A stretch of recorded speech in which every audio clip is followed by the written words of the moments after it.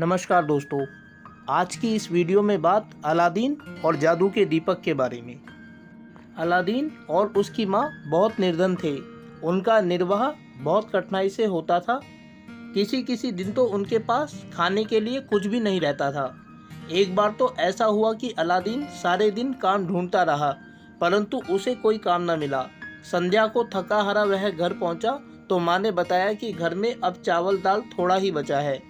दोनों चिंता में पड़े थे कि कल भी काम न मिला तो निर्वाह किस प्रकार होगा। तभी दरवाज़ा खटखटाने की आवाज़ आई। दोनों चौंक पड़े, कहीं कोई अतिथि ना हो। अलादीन ने दरवाज़ा खोला तो उसने सामने एक वृद्ध व्यक्ति को खड़े पाया। वृद्ध ने पूछा, क्या मुस्तफ़ा दर्जी का घर यही है? अलादीन ने पूछा, आप कौन हैं? मैं तुम्हारे पिता का बड़ा भाई हूँ। कई वर्ष पहले मैं विदेश चला गया था, अभी अभी लौटा हूँ। तुम्हारे पिता कहाँ हैं? वृद्ध ने पूछा। अलादीन की माँ भी समीप आ गई थी। उसने उत्तर दिया, उनकी मृत्यु को तो कई वर्ष हो गए, बस यही एक बेटा है। घर की हालत भी बहुत खराब है। वृद्ध ने कहा, अब चिंता की कोई बात नहीं बेटा अलादीन, यह लो पैसे और बाजार से कुछ खाने को ले आओ। उस रात सबने भरपेट खाया और विश्राम करने के लिए अपने अपने बिस्तर पर चले गए। सोने से पहले परस्पर बातचीत करते हुए मुस्तफ़ा दर्जी के भाई ने बताया कि मैं पर्याप्त धन कमाकर लाया हूँ और अब आपके साथ ही रहूँगा। हाँ, कल प्रातःकाल अलादीन को कुछ काम से बाहर ले जाऊँगा। हम दोनों संध्या होने से पहले ही लौट आएंगे। वास्तव में वह मुस्तफ़ा का भाई ना था, एक जादूगर था। प्रातः होने पर वह अलादीन को लेकर शहर के बाहर जंगल में पहुंचा। वहां एक गुफा थी जिसका मुंह एक भारी पत्थर से बंद था। दोनों ने मिलकर पत्थर को हटाया। वृद्ध ने भीतर एक रास्ता दिखाते हुए कहा, सीधे अंदर चले जाओ, वहां एक दीपक पड़ा होगा, उसे उठा लाना।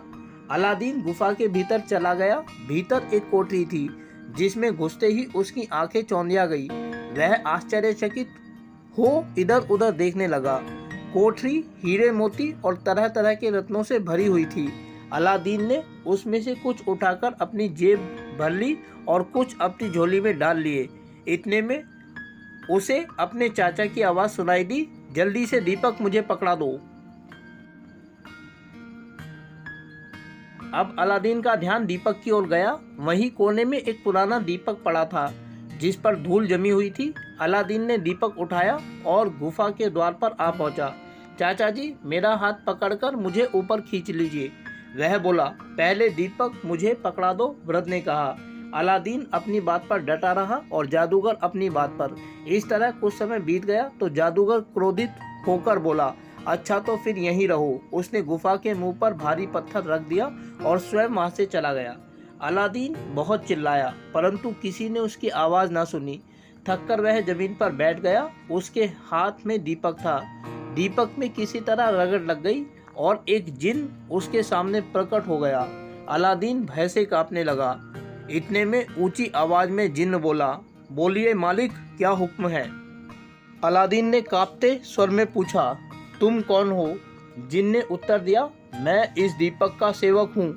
जिसके पास यह दीपक हो रहता है वही मेरा स्वामी होता है।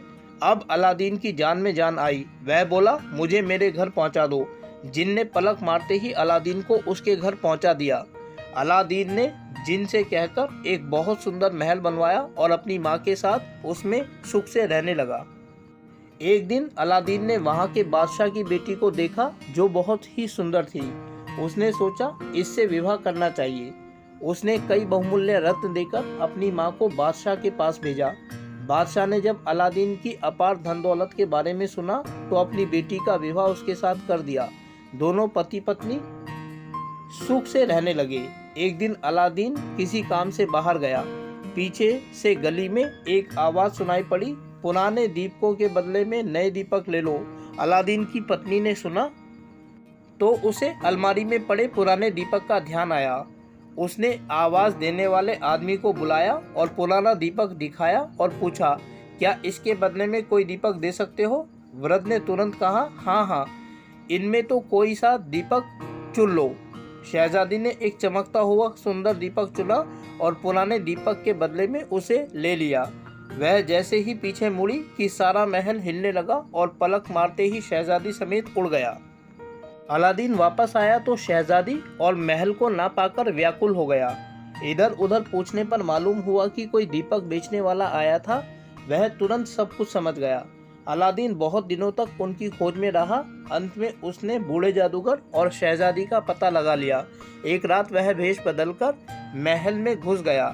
जब महल के सभी लोग सो गए थे, वो शहजादी के कमरे तक पहुंचा और धीरे धीरे द्वार खटखटाने लगा।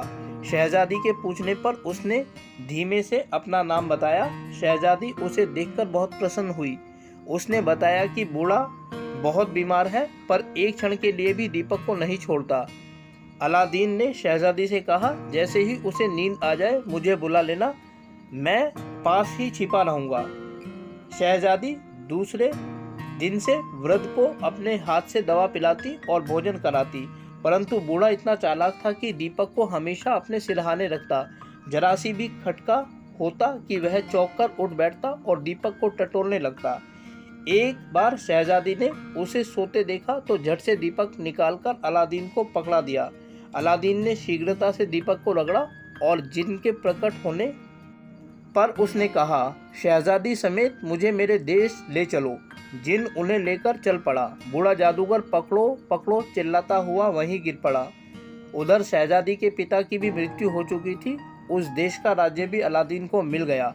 अब अलादीन और शहजादी प्रसन्नता पूर्वक अपना जीवन व्यतीत करने लगे।